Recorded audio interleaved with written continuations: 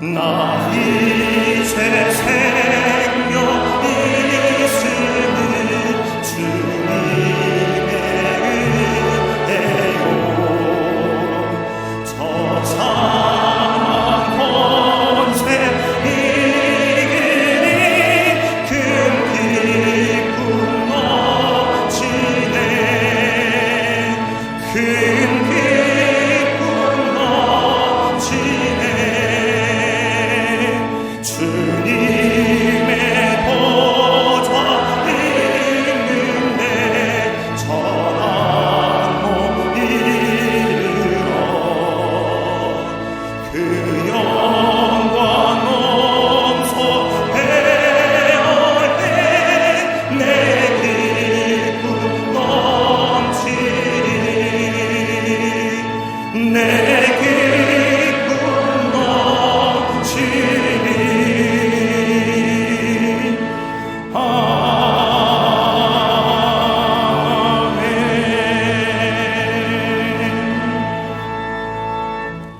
찬송하리로다. 그는 우리 주 예수 그리스도의 하나님이시요 자비의 아버지시요 모든 위로의 하나님이시며 우리의 모든 환난 중에서 우리를 위로하사 우리로 하여금 하나님께 받는 위로로서 모든 환난 중에 있는 자들을 능히 위로하게 하시는 이시로다.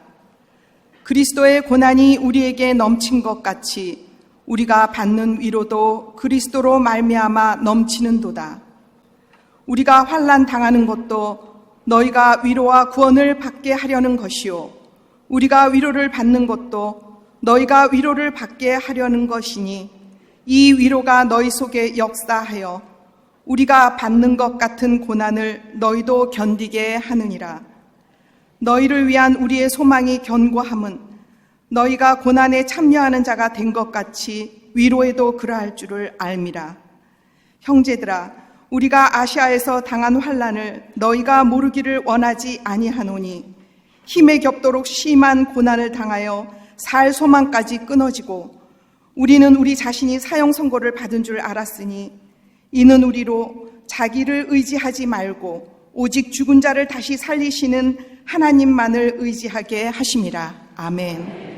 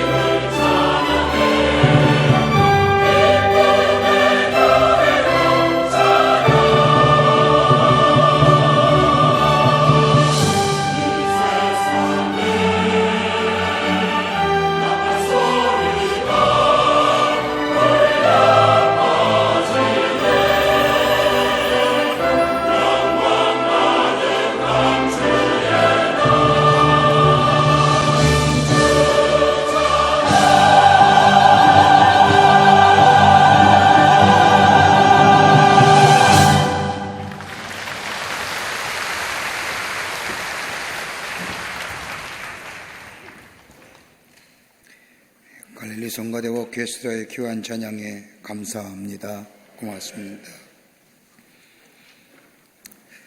강철한 카네기 집무실 한가운데 낡고 커다란 그림 하나가 걸려 있다고 합니다. 이 그림은 카네기가 인생의 갈등 그리고 좌절, 포기가 많았던 젊은 시절 어느 한 곳을 방문했을 때 발견한 그림을 나중에 구입하여 자신의 사무실 벽에 걸었던 그림입니다. 유명한 화가의 그림도 아니고 가치가 뛰어난 그림도 아닌 평범한 그림입니다. 이 그림의 내용은 한 바닷가의 모래사장에 그냥 뒹굴러져 있는 배 한 척, 그리고 배를 짓는 노가 여기저기 흩어져 있는 그림, 볼 때에 쓸쓸하고도 외롭기도 할 뿐 아니라 무엇인가 패배감과 절망감이 배어있는 그림이었다고 합니다.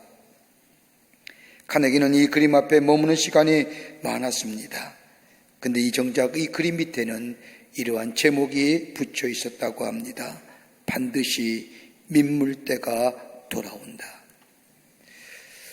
지금은 내 인생에 썰물이지만 민물이 들어오는 그 어느 날 그 배는 바다 위를 떠 노를 저어 내가 가고 싶은 곳에 자유롭게 갈 수 있는 날이 반드시 온다는 믿음과 희망을 가지고 자신의 삶의 절망과 좌절이 올 때마다 카네기는 그 그림 앞에 서 있었다고 합니다. 우리의 삶을 살아가다 보면 때로는 견디기 힘든 어려운 일들을 만납니다. 그럴 때마다 낭망하고 낙심하고 절망하지만 이러한 절망과 낙심을 견딜 수 있게 하는 것이 있다고 하면 다름 아닌 사람들이나 가까운 사람들의 위로가 있으면 견딜 수가 있음을 봅니다. 우리는 인생 가만히 보면 언제나 좋은 일만 있는 것은 아닌 것 같습니다. 때로는 엄청난 폭풍우가 밀려오기도 하며 마치 썰물처럼 모든 것이 다 쓸려나간 듯한 일도 만나게 하며 때로는 마치 바닷가의 갯벌처럼 모든 것이 드러나 보이기도 하는 삶을 살아갑니다. 그래서 때로는 절망하며 낙심하며 실망할 때가 있음을 보게 됩니다. 이스라엘 백성을 출애굽하여 하나님의 약속의 땅인 가나안 땅으로 인도했던 모세가 자신의 120년의 세월을 뒤돌아보면서 시편 90편 10절의 말씀을 보면 이렇게 고백합니다. 우리의 연수가 70이요 강건하면 80이라도 그 연수의 자랑은 수고와 슬픔뿐이요 신속히 날아가나이다. 한마디로 모세는 자신의 생을 뒤돌아보며 두 단어로 자신의 인생을 정리하며 말합니다. 수고와 슬픔이었다. 여러분의 인생은 뭐라고 정의할 수 있을까요? 인생을 살아오면서 내 인생을 한 단어로 정리한다면 무슨 단어로 정리할 수 있을까요? 그러나 모세는 하나님의 뜻을 이루면서 결코 헛되지 않은 인생을 살 수 있었던 것은 비록 내 인생이 수고와 슬픔이라고 하는 두 단어로 정리되어 수 있는 내 인생이었지만 그럼에도 불구하고 내 인생이 헛된 인생이 아니었던 것은 그 속에 하나님의 지혜가 있었기에 내 인생은 결코 헛된 인생이 아니었다고 고백하는 것을 들을 수 있습니다. 여러분, 성경의 말씀을 보면 하나님께서 사람을 이루하며 일으켜 세울 뿐만 아니라 새로운 미래를 열어가시는 몇 가지의 귀한 방법들이 있습니다. 그 하나가 뭐냐면 사람의 정체성을 바로 세워주는 겁니다. 내가 누구인가를 바르게 알게 합니다. 여러분, 문제와 어려움이 닥치면 사람들에겐 다가오는 큰 문제는 그 문제의 어려움과 그 문제가 크고 적음이 문제가 아니라 나의 정체성에 관한 문제입니다. 내가 누구인가? 내가 어떤 사람인가? 정체성의 혼돈을 가져옵니다. 그러나 하나님께서 사람들을 위로하실 뿐만 아니라 새로운 미래를 열어가시는 방법을 보면 다름이 아니라 그로 하여금 바른 정체성을 갖게 합니다. 너는 하나님의 사람이야. 너는 내가 붙잡힌 사람이야. 하나님의 사람이라고 말씀할 뿐만 아니라 분명한 정체성을 가지고 위로하시고 그리고 새로운 미래를 열어가시는 것을 보게 됩니다. 또 하나 있다고 한다면 삶의 의미를 부여해 줍니다. 삶의 의미를 부여해 줌으로써 위로하시며 일으켜 세우십니다. 지금 하고 있는 일이나 겪었던 일이 헛된 것이 아님을 말씀하시면서 삶의 의미를 새롭게 부여해 주십니다. 지금 내가 하는 일 헛된 일이 아니야. 여러분, 이것만큼 귀한 것 있습니까? 어떤 사람은 무슨 일 할 때마다 너 지금 헛된 짓 하는 거야. 여러분, 이것만큼 맥 빠지는 말이 어디 있습니까? 그런데 우리 주님은 한 번도 그런 얘기 아니었습니다. 네가 하는 일은 결코 헛된 일이 아니야 라고 위로하시며, 때로는 실패를 당하거나 고난을 당하거나 지난날의 시간이 의미가 없다고 생각할 때 그거 결코 무의미한 일이 아니라고 말씀하시며 삶의 의미를 새롭게 부여해 주시며 위로하시고 일으켜 세우시는 것을 보게 됩니다. 또 하나 있습니다. 사명을 부어주십니다. 사명을 일깨워 주십니다. 내가 해야 할 일, 하나님의 신 삶의 목표와 목적이 있음을 깨닫게 하심으로 다시 일어나 일으켜 세우실 뿐만 아니라 힘있게 걸어가게 하심을 보게 됩니다. 미국의 실존주의 카운셀러였던 닥터 롤러 메이라고 하는 사람이 쓴 책 가운데 자아를 잃어버린 현대인이라는 책을 보면 지금의 시대를 사는 현대인을 이렇게 정의합니다. 하나는 공허함의 인생, 또 하나 있다고 한다면 고독감의 인생. 같이 살고 가족이란 울타리에 살지만 여전히 혼자인 것 같은, 많은 사람이 함께 모여 살지만 나 혼자인 것 같은 고독한 인생. 또 하나 정의한다면 불안한 인생이랍니다. 미래가 불투명하기에 불안합니다. 외적인 요소에 우리에게 불안을 가져다 줄 뿐 아니라 내 안에 내면에 있는 불안함, 내 죄의 문제, 내 죄성의 문제, 내 자아를 잃어버린 이 모습, 이것 때문에 내적인 요소와 외적인 요소가 결합하여 우리를 불안한 삶으로 만들어간다. 여러분, 이런 우리의 삶의 정황 속에 우리를 위로할 것이 어떤 것일까요? 우리를 위로할 뿐만 아니라 우리가 이 주저앉은 우리의 삶을 일으켜 세우셔서 새로운 미래를 향하여 나아가게끔 하는 힘의 원동력이 어디 있을까요? 위로받아야 될 터인데, 위로가 필요한 인생들인데, 오늘 주님은 본문의 말씀을 통해서 우리에게 귀한 말씀, 은혜롭고 회복의 위로의 말씀을 해주시고 계십니다. 본문의 말씀을 통해서 몇 가지로 함께 말씀을 나누며 은혜 받기를 원합니다. 첫째는 하나님의 소중한 존재임을 잊지 말라는 겁니다. 하나님이 우리를 위로하실 때 다시 시작해 하시는 하나님의 위로는 그 어떤 어려움과 고통 속에서도 너는 하나님의 귀중한 존재, 소중한 존재인가라는 것을 잊지 말라고 우리에게 말씀하십니다. 여러분, 오늘 본문의 말씀에 나오는 고린도 교회는 우리가 알다시피 문제가 많은 교회입니다. 아마도 당시 세상의 모든 문제를 다 교회 안에 담고 있다고 해도 과언이 아닙니다.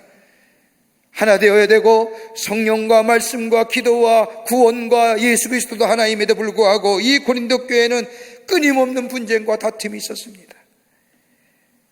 세상의 다른 세상과 다름없는 윤리와 도덕의 문제가 있었습니다. 이단과 사이비 종교의 모든 사악건들이 교회 안에 다 들어오면서 하나님의 거룩한 공동체라기보다는 세상의 그 어떤 집단보다도 문제가 많은 공동체입니다. 또한 신앙의 공동체라고 불러지기는 너무나 부끄러운 일들이 많이 있었습니다. 이들이 가지고 있는 이 현상만 본다면 이 세상에서 사라지거나 잊혀질 공동체라고 해도 문제가 없던 교회 공동체가 고린도 교회입니다. 그런데 하나님은 이 고린도 교회 공동체를 포기하지 않습니다. 여전히 소중하고 가치 있는 교회라 생각하며 바울을 통하여 고린도 전후서에 장문의 편지를 써서 보내어 저들을 새롭게 하신 것을 보게 됩니다. 아마도 하나님은 고린도 교회를 향한 말씀이, 하고 싶은 말씀이 많으셨던 것 같습니다.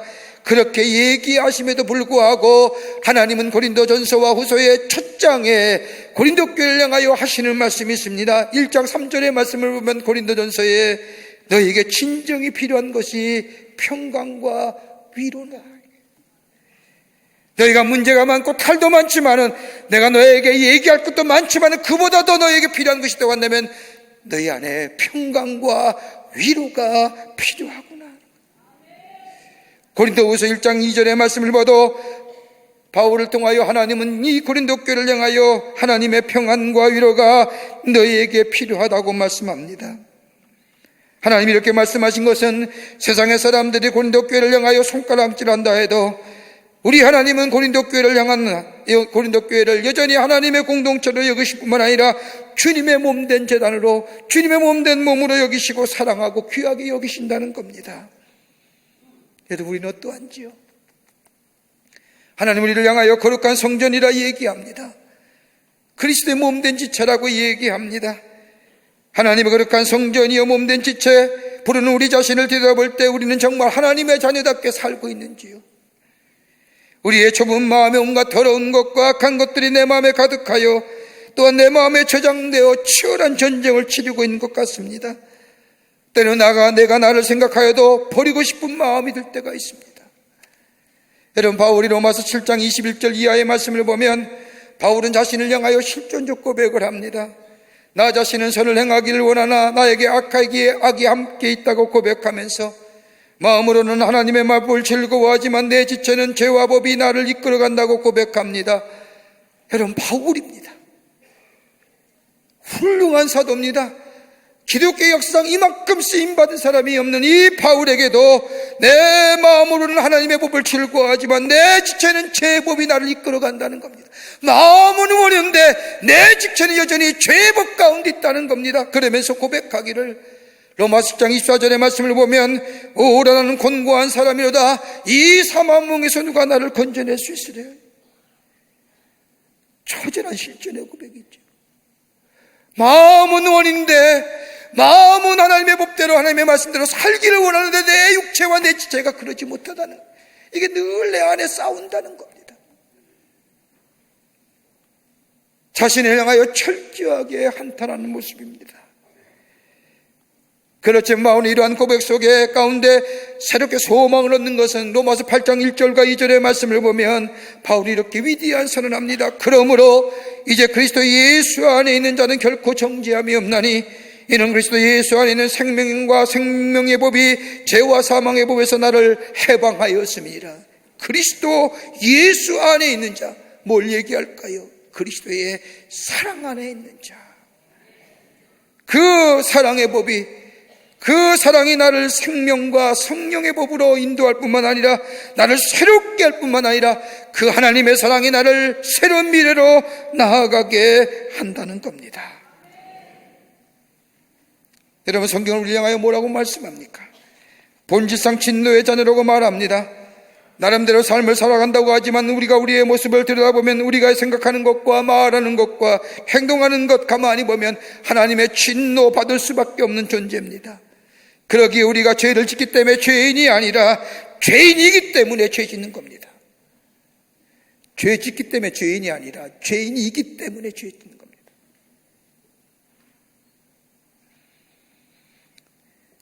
그러기에 우리는 이 죄와 함으로 인하여 죽었다고 말합니다.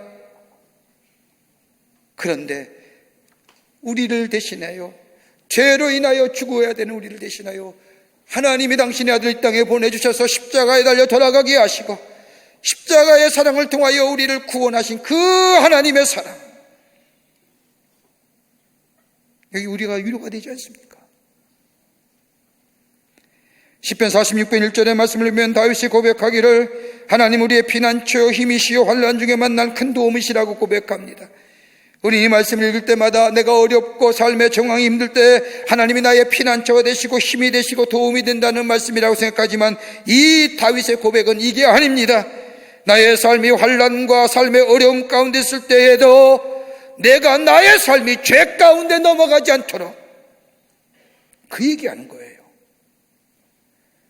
삶의 정황이 어렵고 삶의 힘들이 있을 때 내가 죄 가운데 넘어가지 않도록 하나님이 나를 지키시고 나에게 도움이 되시고 나의 피난처 되어주신다는 거예요. 그 얘기하는 겁니다. 환난과 어려움 가운데 있을 때 인간의 본질대로 살아가지 아니하고 하나님께서 나의 도움이 되시고 하나님이 나의 피난처가 되시고 더 나아가 나의 힘이 되어주시는 그 하나님의 사랑이 내게 있음에 감사하다는 고백입니다. 내가 얼마나 소중한 존재인지. 하나님이 내가 하나님과 원수 되었을 때도, 내가 연약하여 넘어질 때도 우리 하나님은 포기하지 않으시고 내 눈길, 내 관심을 하나님께 두지 않았을 때에도, 하나님의 큰 은혜를 받았음에도 내 뜻과 내 마음대로 살 때에도 우리를 향한 당신의 사랑을 포기하지 않으셨습니다. 포기하지 아니하신 거로 당신의 아들을 이 땅에 보내주셔서 우리의 죄를 위하여 십자가에 달려 돌아가게 하심으로 우리를 얼마나 사랑하시는지 보내주셨던, 마치 구원의 여망을 다 잊어버리고 절망과 좌절의 삶으로 다시 고향으로 낙행한 그 베드로에게 찾아오셔서 그의 사랑을 다시 회복시켜 주시고, 너는 소중한 존재야, 너는 나에게 귀한 존재라고 말씀하시며 그를 위로하시고 새롭게 하시는 것처럼, 오늘 우리 주님이 나에게 찾아오셔서 우리의 삶의 정황이 어렵고 삶의 환경이 힘들고 여러 가지 내외적으로 참으로 힘들고 어렵다 할지라도 하나님 우리에게 찾아오셔서 너는 내게 가장 소중한 존재이고 내가 너를 사랑하노라. 여러분, 이 말씀이 우리 안에 들려지게 될 때에, 이것이 내게 믿게 될 때에 우리는 새로운 위로와 새로운 힘을 얻는 하나님의 사람으로 살아가게 되는 줄 믿습니다. 한 가정의 아버지가 아들이 공부를 하도 안 하고 속을 썩여서 시험을 앞둔 아들을 불러놓고 아버지가 얘기합니다. 이번에 성적이 70점 이상이 안 되면 내 아들 아니다. 이 말 들은 아들은 심한 스트레스를 가지고 공부를 합니다. 잘 안 돼요. 막상 시험을 치고 난 뒤 보니 70점이 안 되는 겁니다. 시험 성적을 받아든 아들이 아버지에게 와서 시험지를 내밀며 얘기합니다. 아저씨,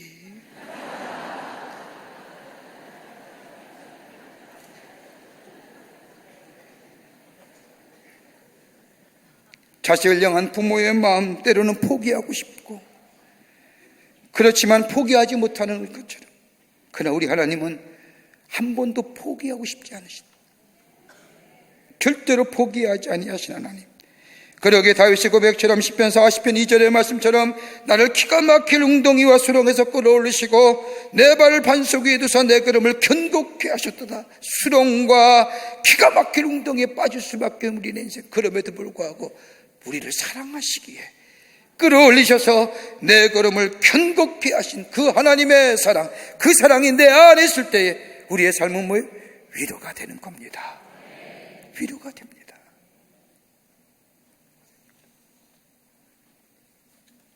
둘째로, 하나님 안에 있다는 것이 우리에게 위로가 됩니다. 하나님 안에 있다는 사실이, 오늘 고린도후서 1장 5절의 말씀을 보면 그리스도의 고난이 우리에게 넘친 것 같이 우리가 받는 위로도 그리스도로 말미암아 넘치는도다라고 바울은 말합니다. 인류의 대속하기 위하여 지신 십자가, 예수님의 십자가의 고난, 여러분 그 고통, 그 고난을 어떻게 감당하셨을까? 여러분 한번 생각해 보신 적 있을까요? 오늘 십자가의 저 고난과 고통만 얘기하지 그것을 감내하실 그 예수님의 그 감내, 인내하시고 참고 견디신 그 힘의 원동력은 어디 있을까요?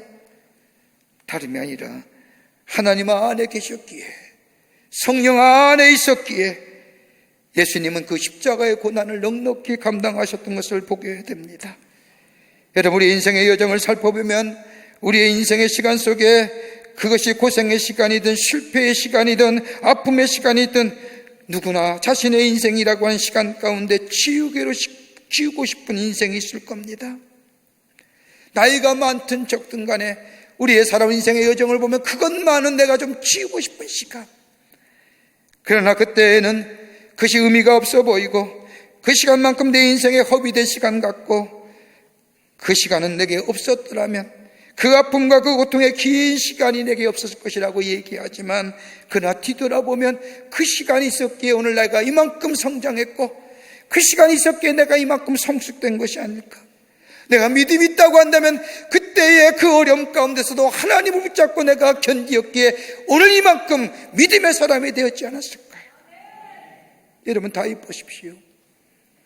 다른 형제들은 사무엘 앞에 서서 기름 부음 받기 위하여 기다리고 서 있을 때 다윗은 밖에 나가 아버지의 양떼를 쳐야만 했습니다.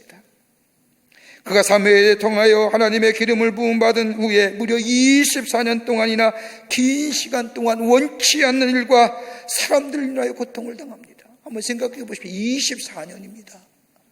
하나님이 기름 부어 세워서 이스라엘의 왕으로 세우겠다고 한 지 24년 동안 다윗의 삶은 고통과 사람들의 괴로움과 사람들의 모함과 수모와 점철된 역사.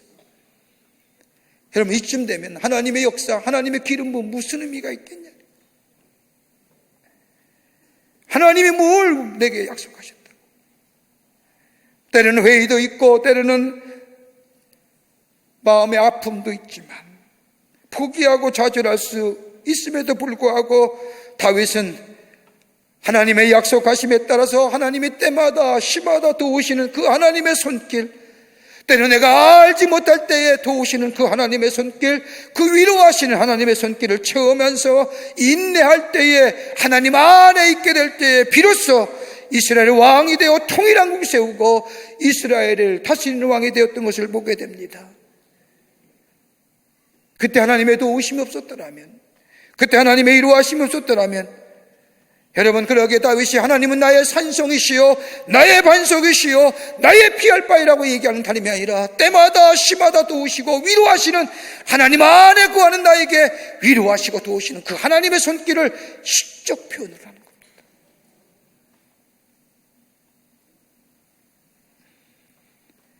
그러기에 오늘 바울은 고린도 교회에게 편지하기를 1장 9절 말씀에 우리는 다시 우리 자신이 사형 선고를 받은 줄을 알았으니 이는 우리로 자기를 의지하지 말고 오직 죽은 자를 다시 살리신 하나님만 의지하게 함이리라.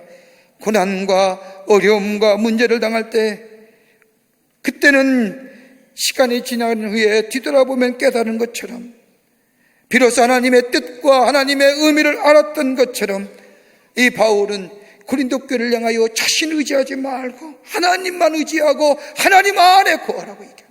그게 위로가 된다는 겁니다. 여러분, 어디에 구할 건가요? 우린 조금만 지식이 있으면 지식을 의지하지요.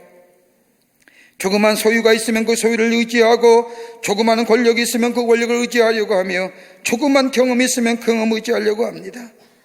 여러분, 우리가 가지고 있는 지식이나 경험이나 물질이나 소유를 가지고 내 인생을 살아가지만, 그러나 여러분이 기여할 것이 이건 절대적인 게 아닙니다. 여러분, 언젠가 내려와야죠. 내가 가진 경험이 어느 땐가는 보잘것없는 것으로 끝이죠. 내가 가지고 있는 소유 어느 땐가는 보잘것없는 것으로 끝나죠. 왜요? 상대적인 것이기에. 비교하며 많고 조금을 따지기에 내가 다른 사람보다 좀 많을 때 내가 많은 것 같고, 내가 다른 사람이 가진 것보다 많은 지식이 있을 때 지식이 많이 있는 것 같지만, 여러분, 어느 때인가 되면 내려놔야 되고 내려와야 되고 놓아야 되는 겁니다. 그게 우리가 위로가 될까요?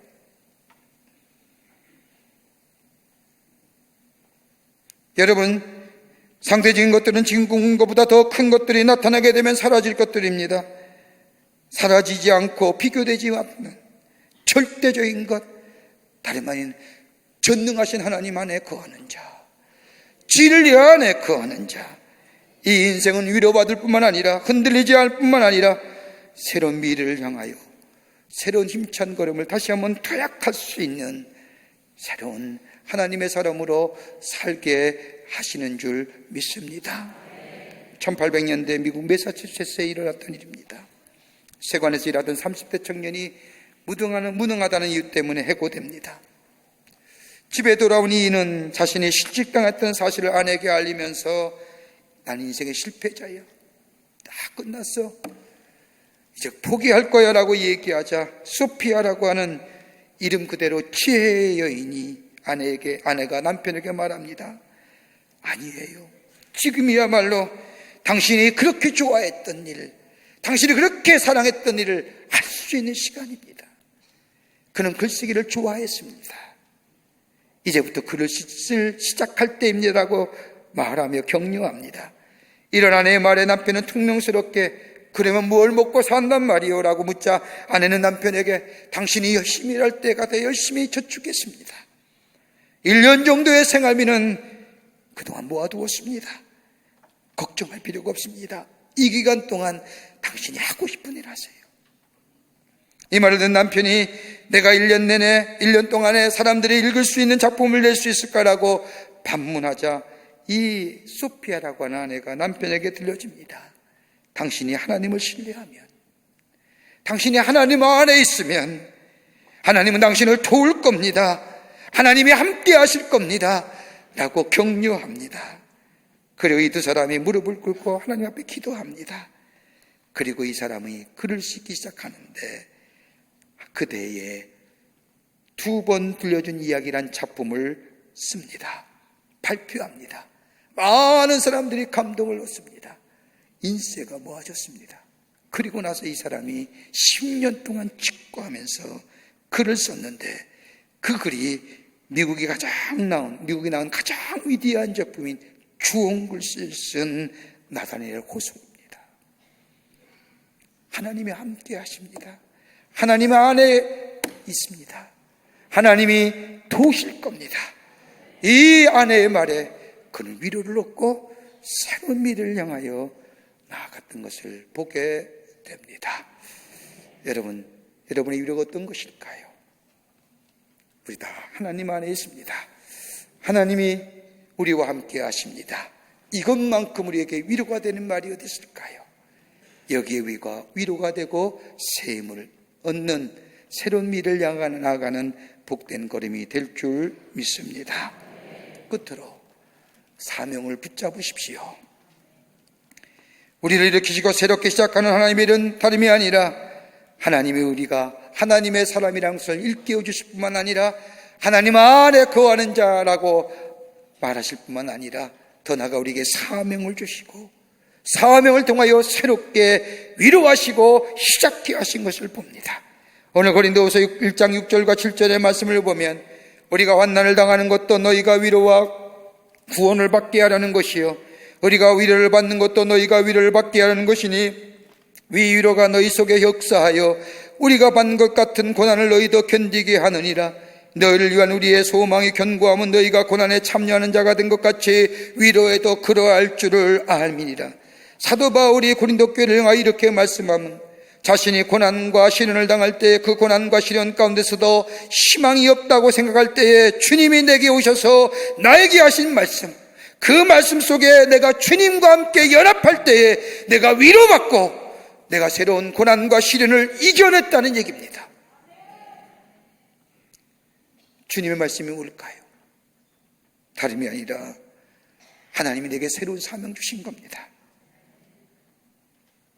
고난과 시련을 이겨내겠던 하나님의 은혜와 사랑이 바울에 있었던 것처럼 여전히 고린도 교회를 향한 하나님의 은혜와 사랑이 있음을 생기시키며 주며 지금 비록 어려움과 문제 가운데 있지라도 하나님의 은혜와 사랑이 너희 가운데 있으면 너희는 기뻐하는 교회, 하나님이 기뻐하시는 성도, 하나님의 사명을 맡아 온전하게 감당하는 하나님의 교회 공동체가 될 것이라며 저들을 뭐예요?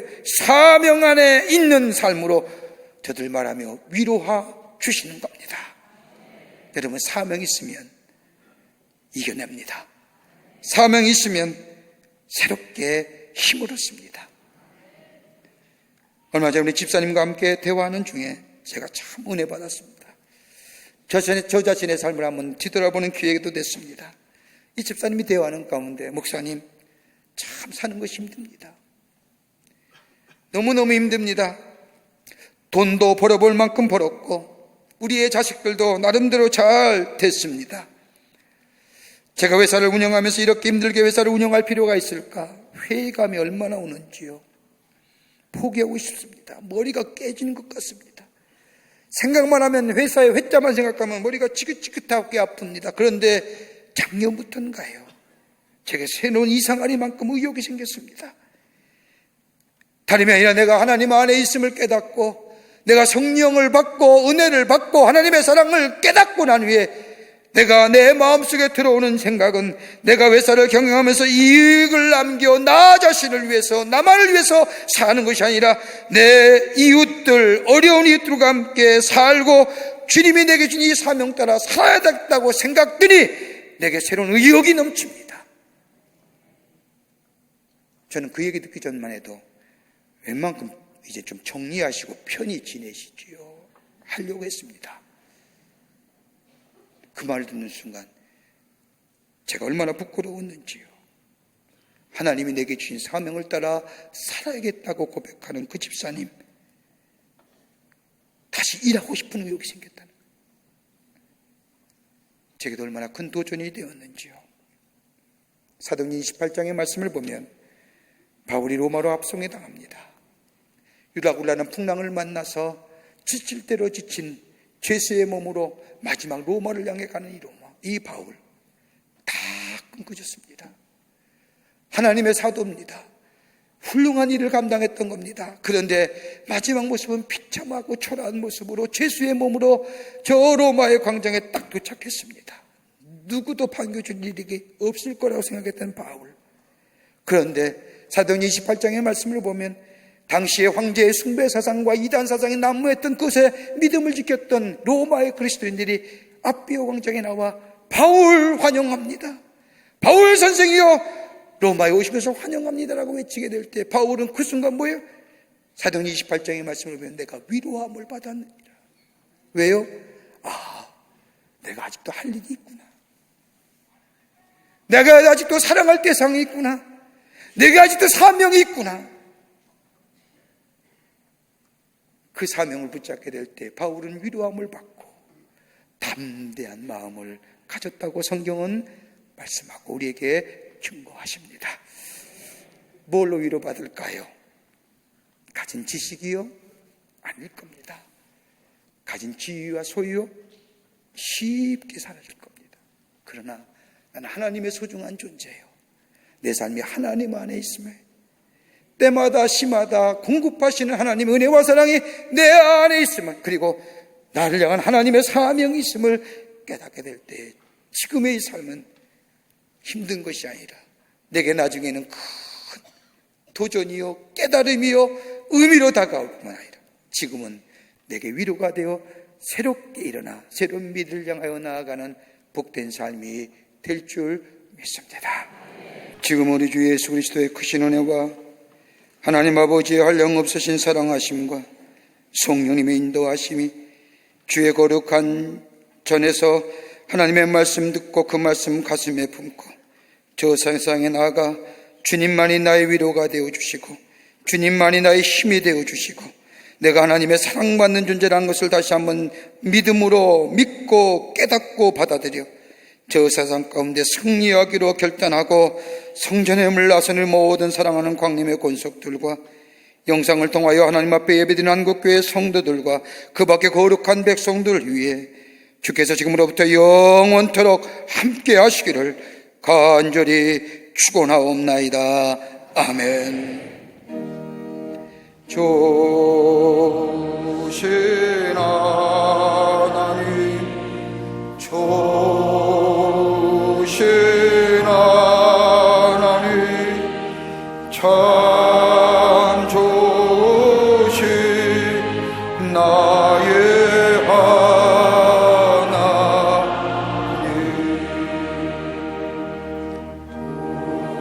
우리의